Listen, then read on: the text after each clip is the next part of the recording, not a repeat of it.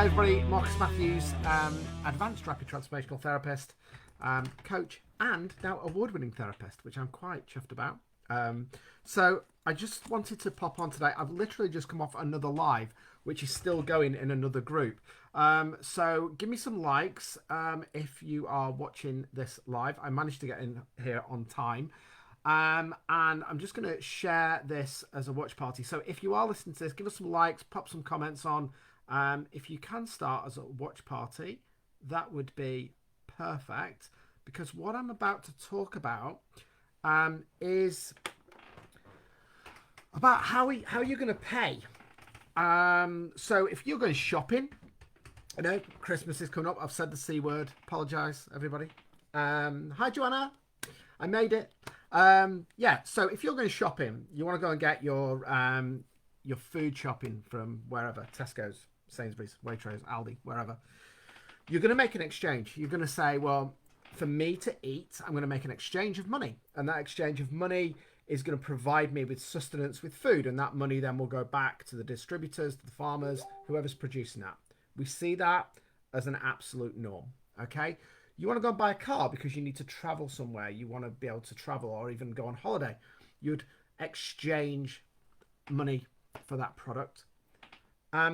But isn't it interesting that when it comes to investment, we spend so much money on distraction rather than fixing the issues that we might have in life? So, for example, have a bad day in the office. I'm going to go via the shop and buy myself a bottle of wine, a packet of cigarettes.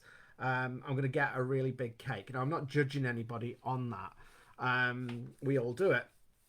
But where are you investing your money? Where are you investing your time? And where are you being responsible in your life to not only to yourself, but also to, your family, your friends? Now, I'm quite open and candid in my own struggle before I became a therapist, being on the verge of suicide and the fear of getting help. And the live that I've just been doing with the practice that I'm part of, Integral Health in Shrewsbury, we've just been talking about this very topic about stress and mental health.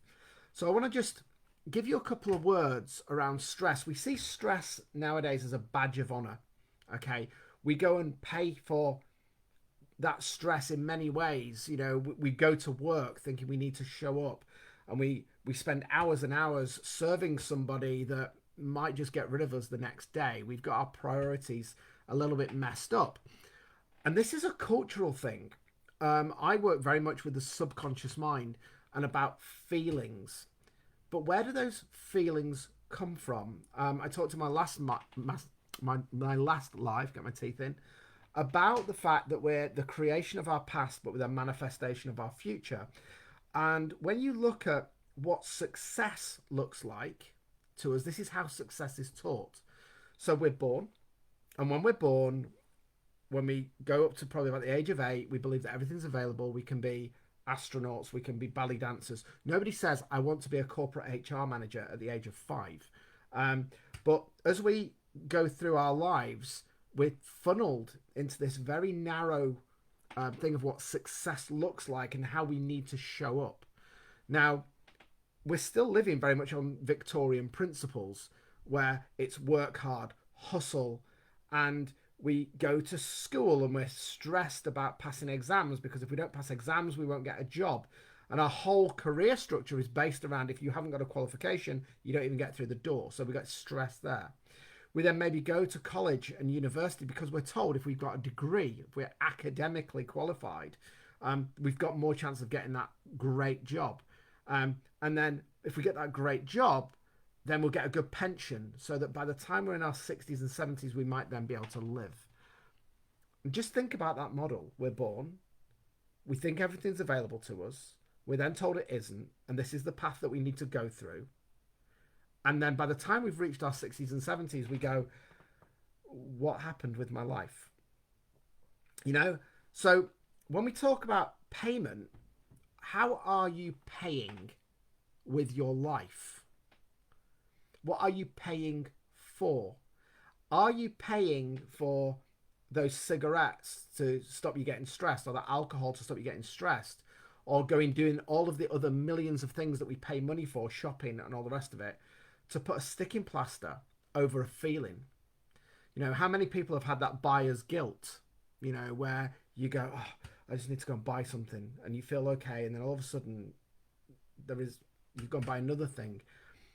And why do we do this? Well, it's socially ingrained. It's socially ingrained that we stay small. It's socially ingrained that we're told that this is what we need to do and this is the right thing to do it. There is a reason why 95% of the wealth in the world is owned by 1% of the people. And a lot of people may look at that and go, well, it's because they screw people over, it's because they do this, it's because they do that. Actually, it's not true. There is a reason why Oprah Winfrey is currently valued at 2.6 billion. If you look at her story, she didn't come from anything great. She didn't come from money. Leonardo DiCaprio, a very famous actor, worth 260 million pounds. Serena Williams, famous tennis player, worth 200 million pounds. Brad Pitt, 300 million pounds he is worth. I'm going to let you into a secret. And I only know this because my mentor, Marissa Peer, is a celebrity therapist. She's from the UK, presently now lives in Venice in LA. And she has worked with a lot of these top people.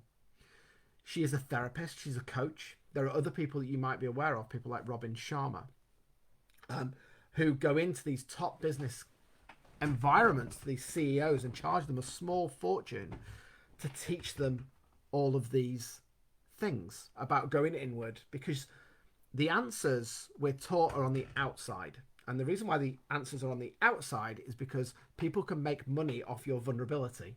It's as simple as that. So this is why I'm going to tell you why rapid transformational therapy and what I do is different. There are therapies that you will go to for days and weeks and you might not get a result. People are making money off your pain. Now, a good therapist doesn't do that, but there are people out there that are going to sell you courses. They're going to sell you this. They're going to sell you that. They're going to sell you the dream abundance ticket. You know, Facebook is awash with coaches that are going, I can get you to $10,000 or £10,000 a month because they've got the strategy. I'm going to let you know that you have already got the strategy, but what you need to do is you need to break the stories of your past. You've got to understand where those limited beliefs come from and those blocks. You've got to step into that painful place and reinvent yourself. You've got to take responsibility. So with everything I've just said, why would you have a coach? Why would you go to a therapist? Well, if you think about your life journey and you think about it as a road, think of the people that are ahead of you. So if I look at the coaches, so any good coach or therapist, the first question you ask is, who is your coach? Who is your therapist? And I'll tell you who my mentors, who my coaches are. So my personal coach, my business coach, is a lady called Joanna Bullock. Her coach, she worked with the famous Bob Proctor from The Secret. Okay. I'm actually also, another coach that I personally have is one of Bob Proctor's proteges. My mentor, my personal coach that I go to for my therapy, Marissa Peer, has helped Princess Diana, Brian May from Queen, Brad Pitt, Nicole Scherzinger. So they've gone to her and I've learned her techniques that she's helping to these famous people. Okay. Regan Hillier, if anybody you know Mind Valley, so I'm very connected to Mind Valley, so I'm in one of Regan Hillier's groups. She's probably one of the youngest billionaires out there as a coach and as a mentor and as a therapist. Lisa Nichols, another amazing coach. I'm going to be working with Lisa in November. And to go and work with these people costs money. So a lot of the times when I speak to clients and they're in pain, they want to move forward, they want to get rid of that feeling, you know, the killer question is always, and many people ask this before they even know what I do, how much do you charge? They're pitching everything on how much it costs. Now, let me give you an example. You can go out and buy a crappy Fiat Panda. And nothing against Fiat Pandas. It just the first car that came into my head. It's rusty. It just about passed its MOT, and it will get you to A to B. But is it going to cause you that stress? You know, will it work? It's fine if it works. It's great. Or you could drive a Ferrari. You could drive a Lamborghini. You could drive a Bentley. If you want to get the electronic versions of those cars, you can do. My point is this: is that when you replace the word money and you look at value, cost, and payment, you will pay eventually in some way. It might not be with money. It might be with your lifestyle. It might be with your health. It might be with your relationships. Something will give if you're not doing the work. It is as simple as that. So let me change all of those things to one word: energy. Now, for those of you who don't speak fluent woo-woo, I'm going to explain this scientifically, because a lot of people talk about, if you know about law of attraction, they talk about raising your vibration, raising your energy. Well, what does that mean? Well, if you look at our bodies are that they are energy. Everything that we're doing, I'm talking now, I am burning energy. I'm giving out energy. We can't see it, but money is energy. So when you have to ask yourself a question about, I'm really stuck in my business. I don't know why I can't move my business forward. I don't really want to pay a business coach. Why should I do that? Why should I do that? Or I'm feeling a little bit down. I'm wearing this mask, but inside I'm feeling broken. But I don't want to go and see a therapist because it might cost me money. Ask yourself this question. I am feeling really low in energy. I need energy. So if it was your car, you put fuel in it. If it was to watch TV, you'd plug it in to the power source and get energy so you could watch it. So say this: where is my energy? Is my energy in this area of my life low? And if it is, you've then got a choice. So let's take it as relationships. So you're in a relationship, or it might be a relationship at work. And I go into work and I'm feeling stressed, or I'm at home and I'm feeling stressed. My relationship energy is low. You have a choice. You can go and get some energy from somebody who's a specialist in that area, and then bring your energy up. And then as you bring your energy up and you realize why you feel the way that you do, then you'll bring the energy up of the people around you. So you'll pay in two ways. You'll either pay in cash to get that help, to get that support, to get that understanding, to empower yourself to be in control of that situation. Or you will pay by maybe the breakdowns in relationships, by the breakdowns in health. So it is all about energy transference. And it's all about you either in control of it, or it is controlling you. And then you have a choice on how you deal with that. Now, the key things that's really important is, why is it that we feel, especially in the UK, that we can't go and see a therapist, we can't come and see a coach? So I'm going to take you right back, millennia ago, when we lived in tribes. You would have people in those tribes that were probably called elders. They were wise. And wisdom was very, very important because it kept the tribe alive. So if you let's take elephants, for example. They can wander around deserts, and the older elephants know where the watering holes are. They're wise. They keep people alive. They see the elder person, the wise person, the person with knowledge as key to their survival. Now let's fast forward that. We've replaced the key to our survival as consumerism. So people will sell you, psychologists work in big companies to sell you brands, to offer you something into your life that they think will fill that gaping chasm. That might be alcohol, it might be drugs, it might be shopping. It could be anything. All of those things are amazing. So to have a fantastic house, to have a fantastic car, to have wonderful holidays, are all abundant experiences. And we talk a lot about abundance in cash terms because that's how it's sold, because people want your money. But you can have the house, the car, even, the girlfriend, the boyfriend, the wife or husband. But all of those things, those tangible things, will not fulfill that gaping chasm of I'm not good enough, I don't deserve this, or I'm different, I can't acquire that, or that's not available to me because my family were working class, or my family are this, or my ethnicity is that, or my gender is this. We can label and put excuses onto anything to stop us taking action. And the reason we don't take action, we don't get therapy, is because we're told. If you show up and be vulnerable, and I talked about this before, if you show up and be vulnerable and you go, do you know what, I'm not coping, you'll be labelled. We've just been talking about this on the other live that I've just done.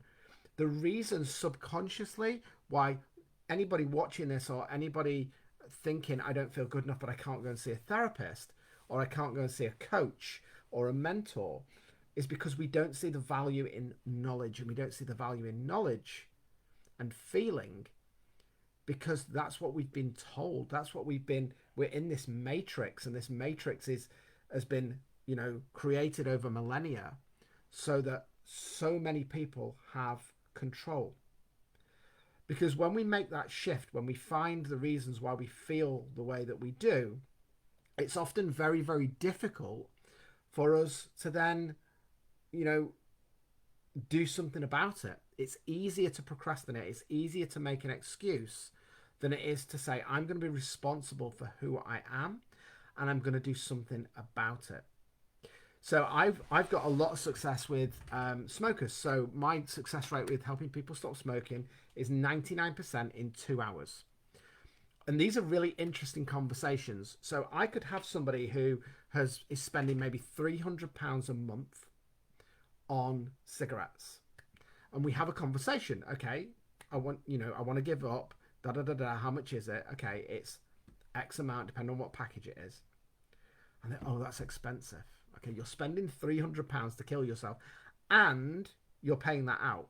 So on average, a person who smokes will save around about £3,500 a year when they give up smoking. On average, that's NHS statistics that are there, and I would back that completely, given the clients that I've worked with. So when I ask, well, what is it that's stopping you spending that money? And they say it's the fear of it not working. So what is fear? A fear is a story you're telling yourself based on your past knowledge, and then you're projecting that into the future. So the problem that people have is about going there is A, I'm going to be labelled if I go and see a therapist or a coach, or B, what happens if it doesn't work? I'm going to look weak and I'm going to be worse off. The fact is that if you flip that and go, I'm going to be responsible, I'm going to ask that therapist, I'm going to be accountable, that coach, and I'm going to step into that, and I'm looking for a coach who's going to work with me. So a coach or a therapist shouldn't say, this is what you do. Now, this is where a lot of talking therapy, people don't like it, because what they do is they'll go and see to somebody and they feel judged. They feel as though somebody is saying, well, all you need to do is this and all you need to do is that. And emotionally, they go, well, I can't do that. And this is why what I do with rapid transformational therapy is different. It's not talking therapy. It's about changing the stories and the feelings attached to those stories. And it's super powerful because it's about empowerment. I don't have the answers to your life. I can't. No therapist can. No coach can. They can't because they haven't lived your life. What they can do is take the experience from their own life. They can take the experience from their other clients, and there will be a framework that they can build upon. But a good coach and a good therapist is about opening your eyes up to the answers that you already have. All of the people that I mentioned before, if you look and do the research, if you look at anybody who is highly successful, and when I say highly successful, I'm talking they've got money, They've got time. They're not hustling. They're not working every hour God sends. They're living in abundance. I will guarantee you 100%. Each of those people have done the work. They've got a mentor. They've seen a therapist. They've gone inside and they've done the work inside.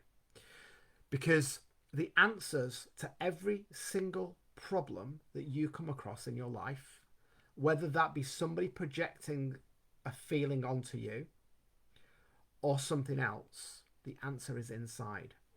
Because I want you to take something away from this, is that a lot of us say, that person made me feel. Sorry, that person didn't make you feel. What you did is, that person did something, and based on your past knowledge, you created a feeling in your body. And you went, I don't like that, I do like that. That makes me uncomfortable, it doesn't make me uncomfortable. So we project that back to that person and go, you made me feel. Because now what we're not willing to take ownership to upgrade our own thought processes on that. So what I want you to do is that whenever you get a situation, just try this, get a situation even now. So as I'm talking, some of you might go, oh, that's a little rubbish, that doesn't make sense. How are you feeling? Are my words annoying you? Are my words resonating with you? What is the feeling that you're feeling right now? Connect with your body. And where did that feeling come from? If you're saying, oh, it's all right for you because of, or it's this, or it's that, or it's other, why are you projecting that? Why is it that you feel the way that you are? What is the reason? What is the why for why you feel that you can't do that? So if you're running a business, and let's face it, businesses are being hit hard at the moment. Maybe you had an amazing business. Maybe your business was running really, really well. COVID hit, and all of a sudden, the rug has been pulled. And you've got this feeling that's come in. Where did that feeling come from? You were abundant before. You had an amazing job. You had an amazing life. Everything was working. And all of a sudden, the rug's been pulled. And you've got this feeling. Where did that feeling come from? Why can't you change that feeling? We become so indoctrinated, and our subconscious mind becomes so programmed in acting in a certain way that when things change, that's when it becomes really difficult for us. So this is why they're saying mental health is on the rise. And I'll be honest, I'm getting pretty fed up of everybody talking about mental health on the rise. Because when you look at, I was listening today on the TV, and I can't remember who it was, and it was a phone in about mental health. And what do people do when somebody says, oh, go to this website, go and speak to that person, go and watch this video? Why is it that that person has the answer for you? And you might go and see a talking therapist, and I've got nothing against counsellors or CBT or anything like that. But many clients that I have come to me and go, well, I had that therapy, but it helped. It was just like talking to your mates in the pub, but it didn't change the feeling. You know, I went and did this course, or I went to do this, but and everybody was getting on with it. They could pass the course, but I couldn't study. That cloud came down. I'm not good enough. I'm not clever enough. And these are all stories. They're all subconscious programs that are running in the background. And as soon as you realize that when you go inside and when you start to look at your programming like a computer, so if you had a computer and your computer was slow, you take it to an expert and you go, what are the programs that are running in the background? What are the programs that are stopping me from being able to use all of this stuff? Where do I need to upgrade? You are literally a computer. So you go to a computer engineer, put it in safe mode, and then you look at the coding and they go, oh, your coding's wrong, or you need to upgrade your operating system, or you need to buy a new computer. Obviously, we can't buy new bodies, but we can certainly upgrade our minds. And it's relatively simple. So that's what I do. I'm a bit like a computer programmer in many respects, is that we look to where those stories are, where they've come from, and we eradicate them, and we upgrade the operating system. And if you don't upgrade the operating system, so there's a lot of business people in here. So I've said this many times.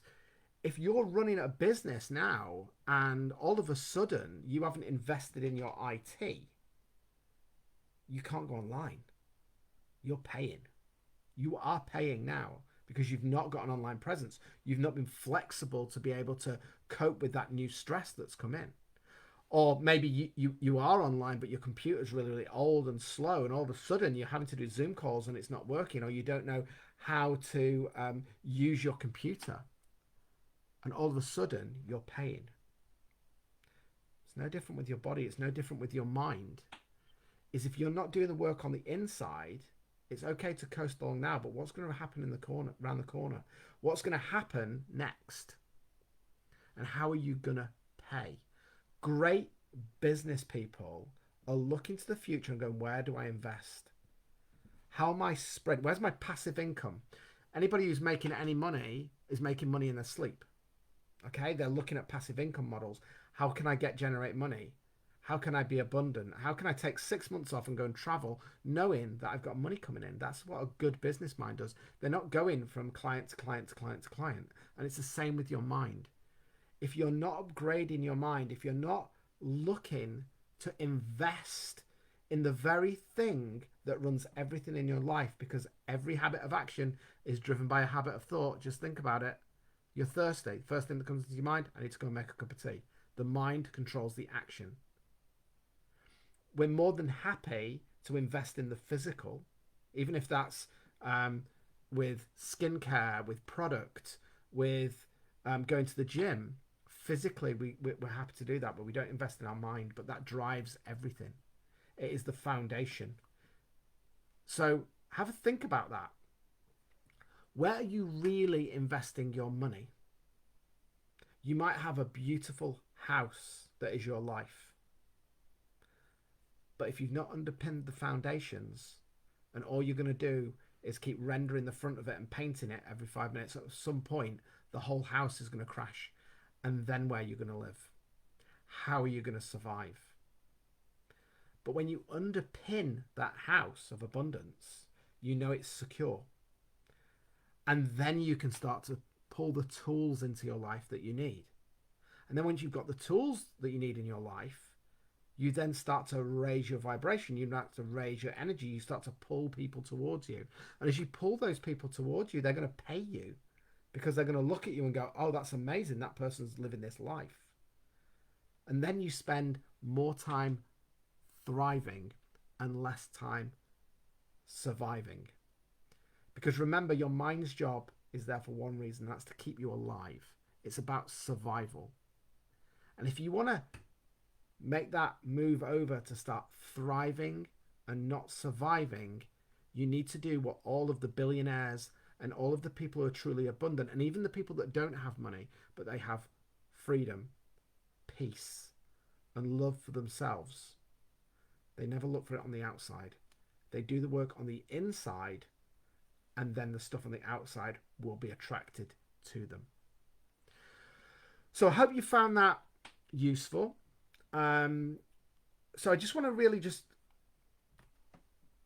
look to this as a lesson, to be aware of your feelings and start asking yourself questions. Why do I feel like this? And if you can't answer that question, then that's when you need to get in touch, because my job is to empower you to live an amazing, abundant life. So you need to ask yourself, where are you putting your energy? So forget thinking of money as a commodity. Start thinking of money as energy. And if your energy is low, where are you going to invest to make sure that energy rises so you could live that amazing, abundant life? My half an hour's up now, but what I want to say is that we have some amazing people in Cheshire Socialites, and Joanna's leading this group of us really about bringing all this abundance into your life. So start connecting with all of the people in here that are doing these lives, and let's see how we can build that abundance. So I hope you enjoyed this, and I'm going to go now. But if you've got any questions, tag me in any of the comments. If you want to know anything more about me, you can go over to my website, which is makeyourlifecount.co.uk. You can also join my Facebook group, which is facebook.com/groups/finding your power. I offer a free consultation, and I can tell you a little bit more and how I can help you start to thrive instead of survive. Have a great evening, everybody. I've got a minute over. Sorry, Joe. And I will speak to you all next week.